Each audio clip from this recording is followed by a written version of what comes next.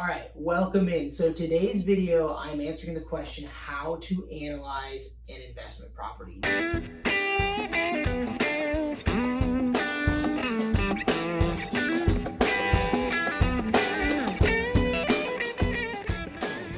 This is a huge topic. It is a very in-depth topic with lots of correct answers. So of course, I'm not going to go into that much detail today.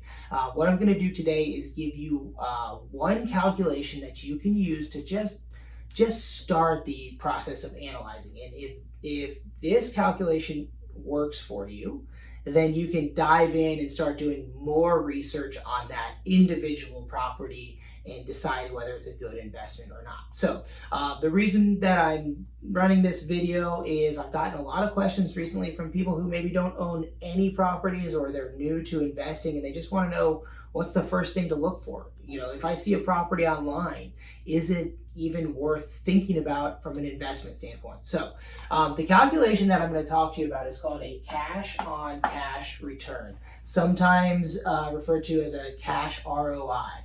What you're looking at in this calculation is how much money you're going to make back in the first year on your initial investment. You're looking at it from a percentage standpoint. So first of all, let me write it out. So the calculation is going to be your total investment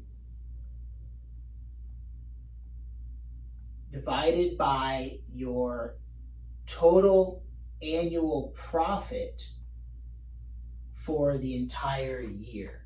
And that is going to give you a percentage. So for example, the reason that a lot of investors like the cash on cash return is it can tell them how much money they're going to make as a percentage on the investment, the initial investment that they're making. And then they can take that and compare it to other sources of investment.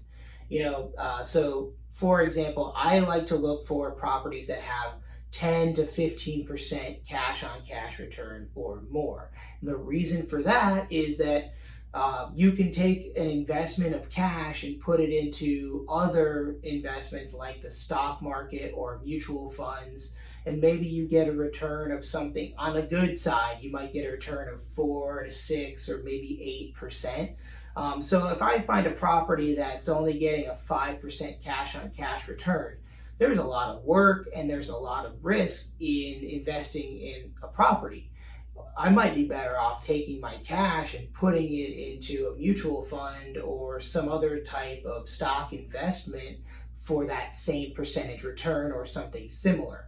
But once I get to 10, 12% or higher, now it starts to become more worth my time and my effort and the risk in that cash. So the way you calculate it is you're going to take whatever your total investment is, which is going to be your down payment, your closing cost, any renovations that you need to do to the property, and any other carrying costs that you're going to have before the property is ready to rent.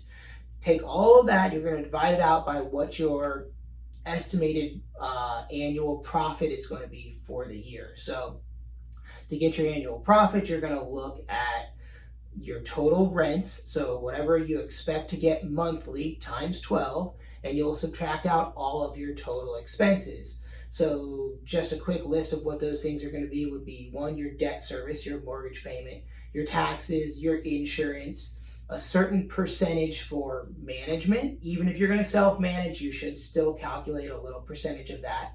And then any capital expenditures and maintenance and repairs.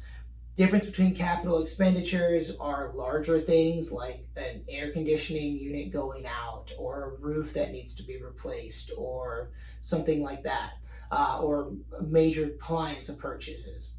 And then, maintenance and repairs you can calculate together, which are smaller repair items, and then property maintenance. So once you add up all those things and get your monthly profit, you multiply that by 12 and divide it out by your total investment. Again, if you see that number as a high number, and make sure that you're getting your anticipated cost correct and your anticipated monthly income correct. And if all of those things add up to be a good percentage, something more than you think you would get somewhere else, then that's a good property to start doing more research on.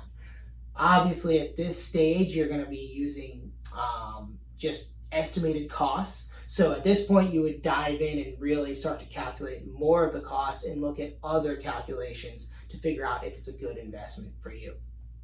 So there you have it. That is the first calculation I use in evaluating a rental property.